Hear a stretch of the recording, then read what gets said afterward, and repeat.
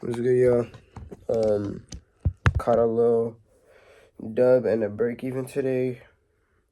I'm actually mad happy about today because today I don't really count it as like a real, you know, how I usually would. Like, oh, I caught a dub today, even though I did count a dub and a break even.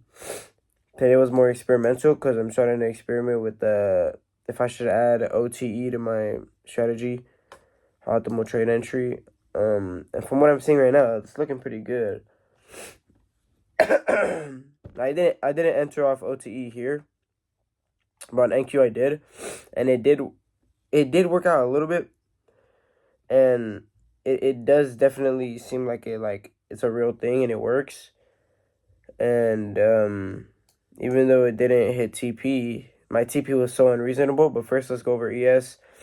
Our bias was bearish, but I was saying once we sweep all these sell side draws on liquidity, we have this order block here. And since that one trade where I hit from an order block, I'm starting to use order blocks again. And it worked here. So yeah, I could just cause I stopped using order blocks. So I was like, bro, every single time there's an order block, it's kind of like a huge range, and there's always a fair value gap within there that it always retraces into inside the order block. So why wouldn't I just mark out the fair value gap instead of the order block? But sometimes there isn't a fair value gap, so the order block actually works. But yeah, we swept all this sell side. I was just waiting to see where I put my little OTE thing, this big, huge range. We retraced into equilibrium, so I'm actually thinking we're gonna go down now. We might come down to sweep these draws on liquidity, or we will come up to this optimal trade entry for shorts, I think. Even if we push through it, we're still gonna come up here somewhere. But yeah, we had a reaction to the order block. I was saying I'm not gonna get FOMO, so I'm gonna just wait because I was saying once we get a candle outside of the order block, I'm gonna take a long. It would have been a better entry than what I've got, but just to be safer, So I put out this 30-minute fair value gap, which I knew we were gonna retrace into.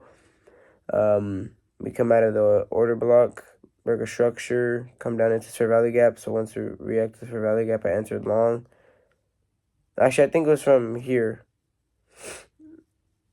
This little fair value gap that we tapped into.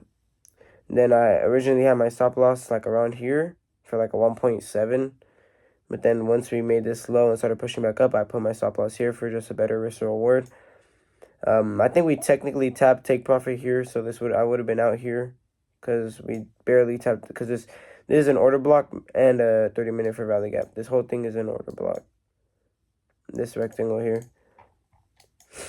So, because look at my TP was 546.25, and this candle's high is 546.25. So technically it would have been take profit, but I just kept it open to make sure if we fully go above where my take profit was at.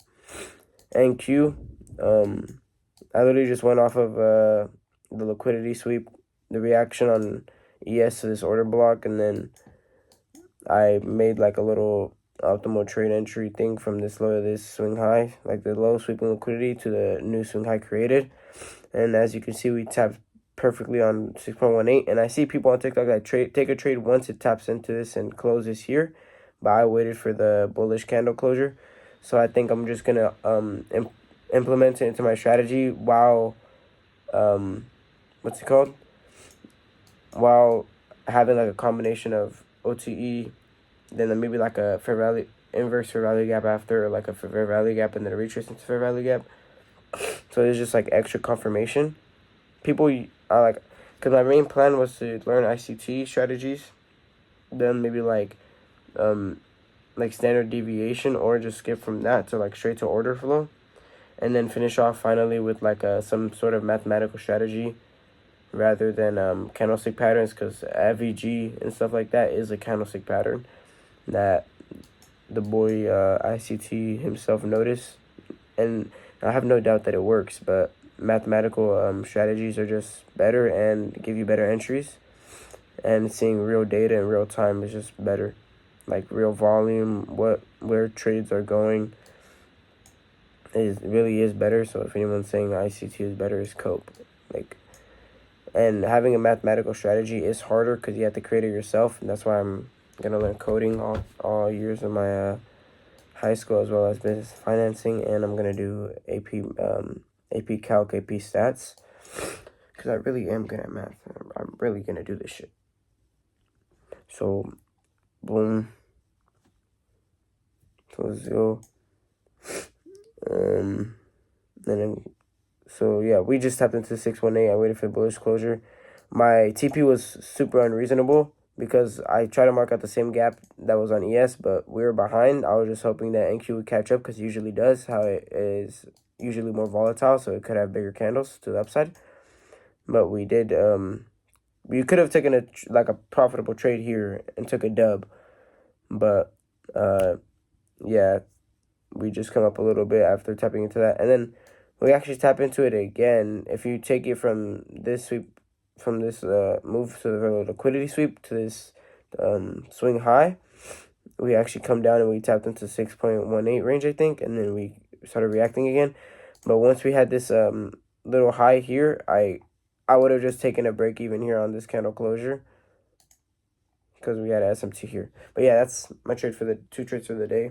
I'm gonna try back testing later, especially tomorrow. I wasn't even gonna get on today because I slept at 12 and I need 8 hours of sleep at 5 hours 45. It's bad. My growth hormone is not gonna make me taller. But yeah, let's go. And we keep reacting to this order block, so we probably are gonna come up here, and we just swept this sell side here. Like I just said, we're probably gonna come down and sweep this sell side, and then react and push higher. So let's go.